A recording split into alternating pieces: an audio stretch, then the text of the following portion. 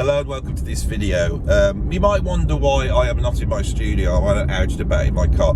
It's because I'm about to go and get my hair cut with my hair cutter, who is called Jane, or as I call her, the Scissor Meister. Now, I've got to a certain age and now I am going to have a very sort of conservative haircut, short back and sides, even shorter than I've got it now, because I realise these tufty bits here are not actually selling the idea that I'm a rock guy and that little bit of long hair is no longer there. Now, if you go back to the early videos on this channel, you will see that I was sporting a middle-aged long hair mop.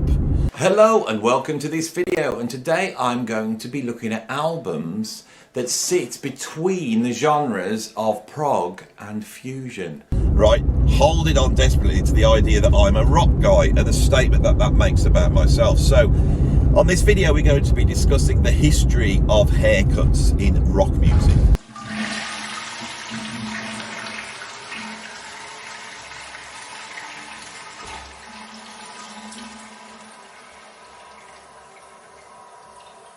And you may think I'm being a bit facetious, but I actually am not. I was thinking about it this morning. I think it's actually quite serious. There's something we can learn by, having a discussion about why teenagers especially will like a piece of music, like a style of music, identify with that style of music, and then decide to grow their hair in a way that conforms to something that relates to that music. So it's quite surprising with, say, heavy metal, which I discovered at the age of 12 in 1980, when I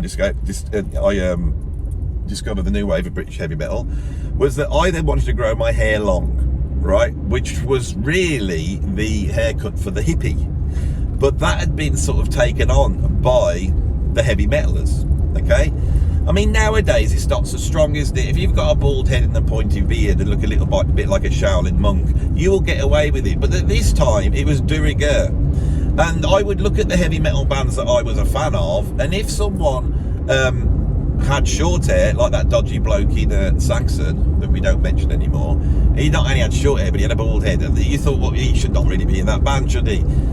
So he did put a headband on at one point to try and cover up his shame.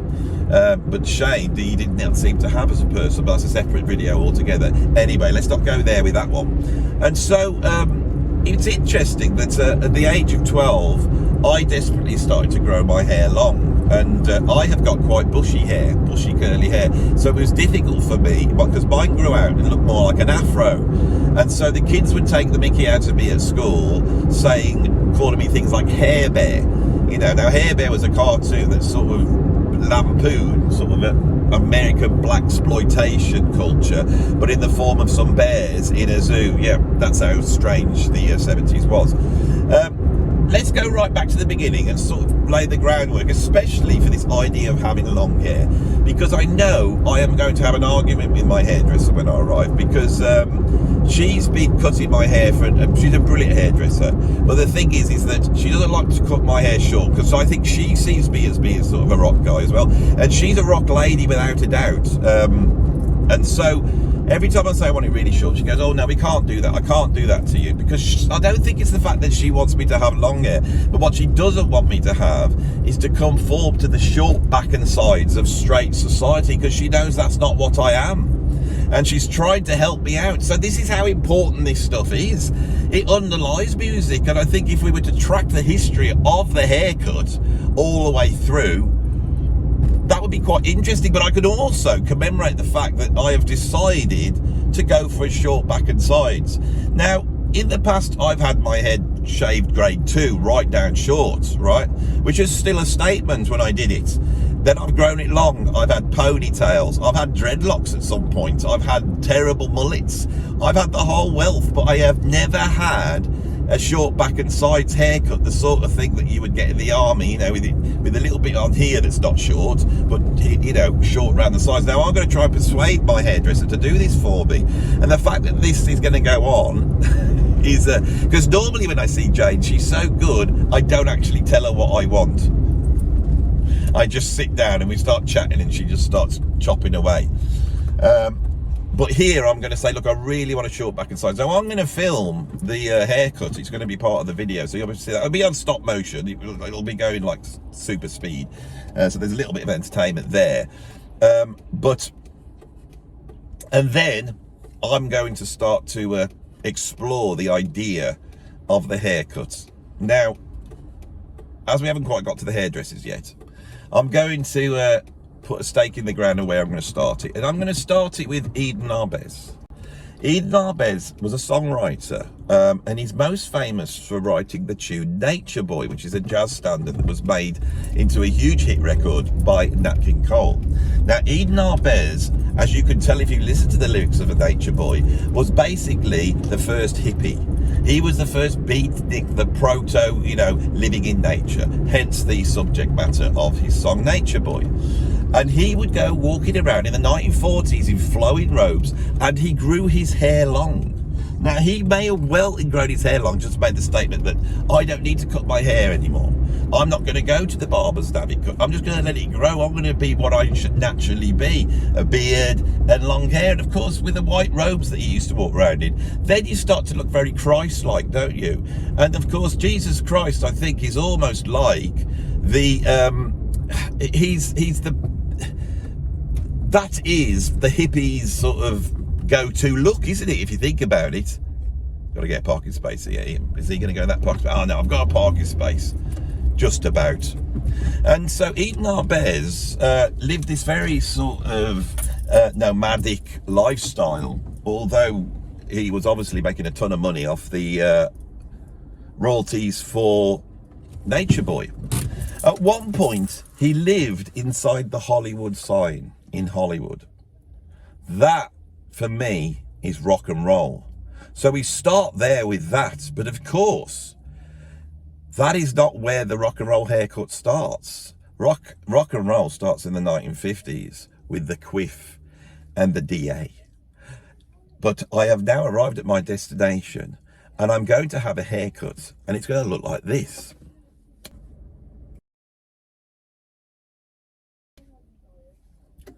Right, so what do you think to that?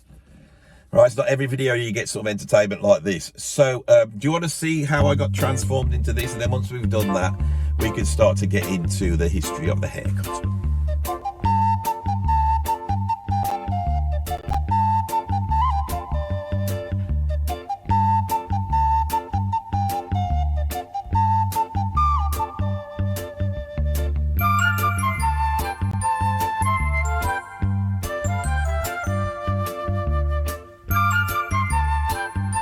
I could go for a good job interview now. I look nice and presentable. I might go around and see my mom. She'll like this very much. She likes a man with short hair, my mom does, because my mom came to sort of her adulthood in the 1950s. My mom's born in 1940. When rock and roll came out 55, 56, she was 15, 16 years old. My dad, who was a little bit older, had already succumbed to the wonders of modern jazz, and he saw himself as being quite a sophisticated guy, I think. But my mom loved rock and roll. Now, one of the people that gets sort of, I think, maligned a little bit in the history of rock and roll is Elvis Presley. And I think it's because people don't understand what he represented. When rock and roll was happening, it was basically teenagers that had identified with music that combined sort of black rhythm and blues, country music, electric guitar, and all that was quite sort of countercultural at the time. Within that realm, we had Little Richard, who had come out of the sort of cross-dressing gay scene and had this huge androgynous pompadour quiff, which seemed to hover somewhere between a male hairstyle and a female hairstyle. And I think that was very important stylistically because he looked so cool. And I think because he was wild and effeminate, the sort of standard image of the blues man, which I think was too terrifying for a white American society, meant that Little Richard, in a bizarre sort of way, was palatable. Of course, then Elvis Presley comes along, and he's basically got film star looks, hasn't he? And he modelled himself on Tony Curtis, and of course that was the look at the time. Tony Curtis's quiff looked different from the very short back and sides of a Cary Grant or a James Stewart, and that became a very popular hairstyle. Elvis, having that sort of look, decided to go with that, and so Elvis's hairstyle, which came from Tony Curtis, was the right way to go. Now, the business entertainment industry saw this, went, oh my God, there's something with this rock and roll, and signed Elvis Presley up as a film star. He is as much a film star as he is a rock and roll star. And I think what we have here is the commodification of rock and roll into the mainstream through Elvis Presley, and his look became the look. Now, actually, in a funny sort of way, the rock and roll roots of rock music form the this sort of esoteric basis of rock, because rock and roll is not rock, and by 1960 the sort of danger of rock and roll had been pretty much damped down by the sort of commodification I've just described. So we then go into the 1960s, and I think a generation that had come up, you know, got all excited at 15 years old listening to rock and roll, were now going into adult life, and this sort of wealth that had been accrued, especially in America, after the Second World War, which meant there was pretty much 100% employment. Kids could get a job, they got free cash. There was suddenly a new relaxation in terms of what people could do with their life. You could call it a greater level of freedom. And so they would look at their parents, you know, in their suit. You know, the guys would look at the suit and the shirt and tie and a haircut like this, and they think, I don't want that. And then when they looked around, they would look around grabbing at something that was actually new in popular music, and it was going back to this idea of the sort of Rousseauian with nature. So that Eden Arbez look of the sort of Jesus Christ hippie look slowly starts to evolve. Now, what's interesting is that we can probably put this down to 1962 when this happens, and Bob Dylan's the guy that emerges, and Bob Dylan on the first few albums has a haircut very much like mine, and then he starts to grow it out, and he's got a bushy hairstyle the same as me. So as the albums progress on, you can see this mighty bush slowly growing out, right? And he never really achieves long hair. Exactly the same thing happens with the Beatles. All these bands, as they go from rock and roll to rock and growing their hair long, the point is that the hairstyle they wanted, they couldn't instantly get. So as the 60s progresses, you know, you think of Jim Morrison when he first comes out, and he has hair that, you know, he would have been seen as being a long hair. The Beatles were seen as having long hair. When they emerge, they're all growing their hair, and they're all aiming at this sort of Jesus Christ flowing robe type of look. This is all very countercultural. We go through the 60s, we're running up to the sort of hippie Woodstock era. But here in the UK, run alongside that is the mod movement. So the mod movement is like an extension really of that rock and roll movement. Although they were against the rockers, they were much more about being smart and cool. They were like the modern people of that era, and so they were wearing still very cool suits, but different suits to what the generation would have been worn before. Short haircuts, smart and neat. And so those two things emerge in rock. You have this sort of super cool, we're trendy, and we don't care about trends, we're just going to let it all hang out. Now, the rise of rock music in the late 60s, heavy rock music going towards heavy metal, grew out of the hippie end, which is surprising because you would have thought it being so dark and heavy that long hair wouldn't have gone with it. But that pretty much becomes de rigueur as the hippies start to plug in and you know, turn up the volume and distort everything out of existence. And so the early rock bands, we could think of Black Sabbath, Deep Purple, Led Zeppelin, when we see them, they look like hippies, and that becomes one of the signifiers for heavy rock. All right, now every time that in rock music develops to a point where it's too outlandish, too flowery, a new movement will come in and do the opposite, and the hair will get cut short, and then the hair will grow long, and then the hair will cut short. And this pattern that emerges via the haircut is very, very interesting. And let's try and track that through. I would say if you're looking at the early 70s, right, the white bands had long hair, looked like hippies. Black America did exactly the same thing, and we get the afro, and that's the same idea. It's like, you know, we're not going to be ashamed of our hair. We've got beautiful hair, and let's grow into these incredible afros, and everyone loves an afro. And so that is the sort of hippie Aquarian sort of ideal. When the 70s come in, that mod thing starts to move elsewhere. It starts to develop into something else, and there seems to be a split within visceral rock music, and the visceral end starts to go down another realm. I would be thinking about the Stooges, the New York Dolls, and then the Ramones. Now, all of those bands sort of sported long hair, but although they sported long hair, there is a certain shift. Now, where is this really coming from? Well, one of the things we could look at that may be one of the reasons why this happened is that by the time you get to the mid-70s, we are 20 years after the era of rock and roll. And so this is the first aspect of rock and roll music that now becomes nostalgic, because the people who were 15 in 1955 are now 35, getting on for 40, and they're playing their records to their kids. The kids are discovering that records. They're picking up their Buddy Holly records, and they're sort of Gene Vincent records, and they're checking that out. This is something that is a weird aside in terms of the history of rock and roll. George Lucas, who is in this sort of, if we look at the film industry, which has now died because rock and roll has taken over, the film industry starts to look around. That's trying to be different. We get The Godfather coming out. Easy Rider is part of that hippie thing. But then, if you look at The Godfather, there is a slight hint at nostalgia, because a lot of those scenes are in back in the 1950s, and people are looking back to that time.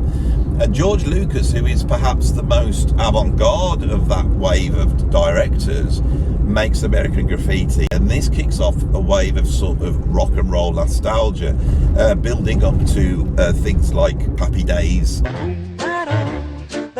In the music scene, the popular end of music, which is sort of here in the UK is attracting more of the kids, moves over to a sort of glammed up version of rock and roll, and we see the likes of Gary Glitter, we see the likes of, sorry to mention him, that's two dodgy chops we mentioned so far, you get like Sweets, you get the whole glam thing, David Bowie goes towards that, and so popular music starts to have a nostalgic element from rock and roll, and these quiffs, these exaggerated quiffs, come back into rock and roll.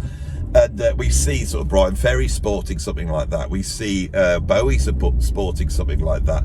And a lot of the cool people start to move over to being allied with those young kids. The rockers are growing up now. They're getting older. They're still holding on to their long hair. Well, I say grown up, they're like 28 or something like that. But the kids are into something else. Disco comes out, and a lot of the seriousness and sort of utopian ideals of the hippie movement, which have been really scotched, famously has been explained by Altamont, which was the Rolling Stones version of Woodstock, which ended up with a bunch of Hells Angels stabbing someone to death. And so the hippie ideal has gone, and everyone starts to bring it into question. And with the advent of British punk really eschews long hair, right? And I think this has come out of the more arty end of the glam scene. If you talk to someone like John Lydon, Johnny Rotten, he was really into that sort of glam metal stuff, as well as prog and a whole bunch of stuff. It's not really a reaction against it, but it is a readjustment of it. And when you think of a lot of the punk hairstyles, that on the whole, a lot of those guys, you think of somebody like the Clash, so many of those bands were suddenly sporting the sort of leather-clad rock and roll look. And as heavy rock moves to heavy metal, we get the move towards that sort of leather look with Judas Priest. Now, if you look at early Judas Priest, Rob Halford looks like one of those airy-fairy hippies. He's pretty much a carbon copy of Robert Plant with the long blonde hair and the flowing robes. But of course, he's gay, so he's part of gay culture, and this 1950s kitsch sort of Kenneth Anger nostalgia all starts to emerge through the 70s, and we get the return to the rock and roll quiff as punk starts to get its claws into the UK. That is allied to a fashion scene, and it's the fashion scene that starts to go to the mohawks and all that type of stuff. If you look at a lot of the actual punk bands at that time, they have pretty much just gone back to the standard short haircut, you know, probably a spikier version of what I've got going on here right now. As that develops through the 70s, popular music gets its claws back into mainstream culture, and we return back to something which is much more friendlier in a way to the generation before. You know, a lot of nice looking lads. By the time in the UK we get to the early 80s, we have very smart boys, you know, with the suits, and it's all returned, hasn't it? In America, of course, black music moves from being the music of black people to the music of everybody, and Michael Jackson sort of emerges at that time, wearing suits and ties and all that type of stuff, and with a very coiffured look, although a look that had developed, but there's no afros there. You watch him on, you know, what's it called, The Wall, Off the Wall, and then there's suddenly, when Thriller comes out, that he has taken on that sort of nostalgic rock and roll look to some extent. So this becomes a big thing in the 80s. Now the rockers who try and keep the thing alive here in the UK is the new wave of British heavy metal. Then you have the American Bay Area thrash bands. They still hold on to this rock look, but allied to that sort of gay culture, Judas Priest, leathers and studs and chains and that type of thing. And that androgynousness that exists within rock music, that is being seen as the rebellious identity for a certain section of male youth, really is continually playing with the idea of manliness, but manliness with effeminateness. And when you look at the history of rock and roll, and I've always thought this, that it's always good when they stop wearing the makeup and they return to something which is much more of that sort of hippie ideal, the punky ideal, let's just let it all hang out.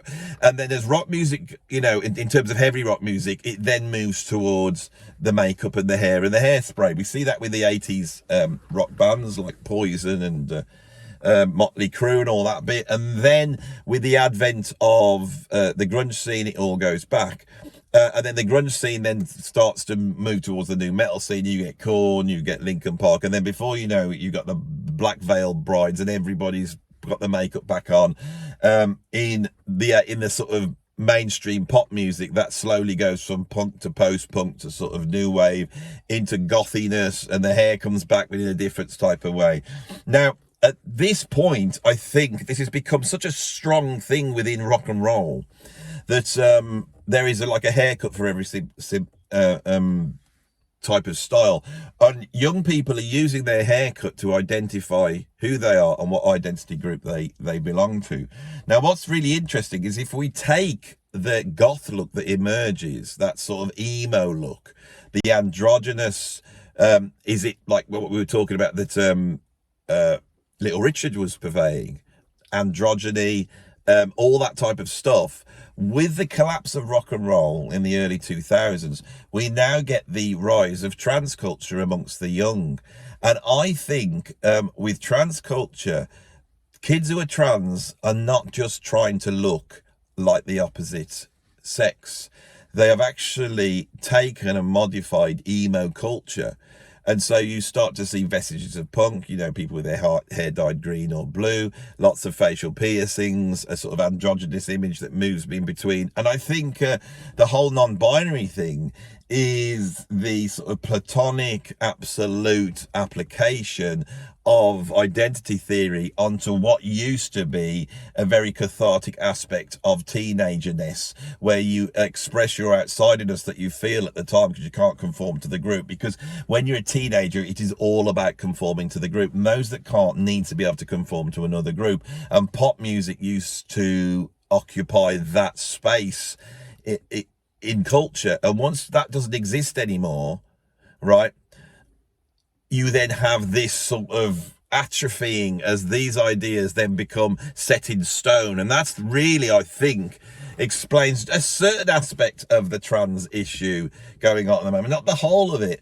And I think that we need to allow those kids to do this, but we need to allow them to do this in a much playful way, which doesn't try to nail this theory to the wall as an absolute thing. It's not an absolute thing. It's an expression.